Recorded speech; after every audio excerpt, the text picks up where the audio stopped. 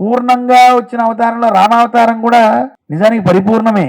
కానీ ఎందుకు పరిపూర్ణం అంటం లేదంటే సాక్షాత్ విష్ణు చతుర్దాంశ తన రూపాన్ని 4గా చేసుకుని వచ్చేటండి. ఎలా? రామ భరత లక్ష్మణ శత్రుఘ్నులుగా 4 రూపాలుగా చేసుకుని వచ్చాడు. 4 కలిస్తే పరిపూర్ణమే, కానీ 4గా చేసుకుని వచ్చాడు. కానీ కృష్ణావతారం అలా షేర్ చేయలేదండి. మొత్తం తన శాప్య రూపంతో దిగి వచ్చేసాడు. 6 గుణాలతో ఉన్న ఆ సర్వేశ్వరుడు పరంధాముడు పరిపూర్ణంగా దిగి వచ్చాడు గనక కృష్ణస్తు భగవాన్ స్వయం. కృష్ణస్తు భగవాన్ స్వయం అనగానే కొంతమంది ఏం చేస్తున్నారంటే కృష్ణుడే ఈ లోకాలన్నింటినీ, ఈయనే నారాయణుడు కూడా ఈయనలోంచి వచ్చాడు, అన్ని అవతారాలు కృష్ణుడిలోంచి వచ్చాయని చెప్తున్నారు.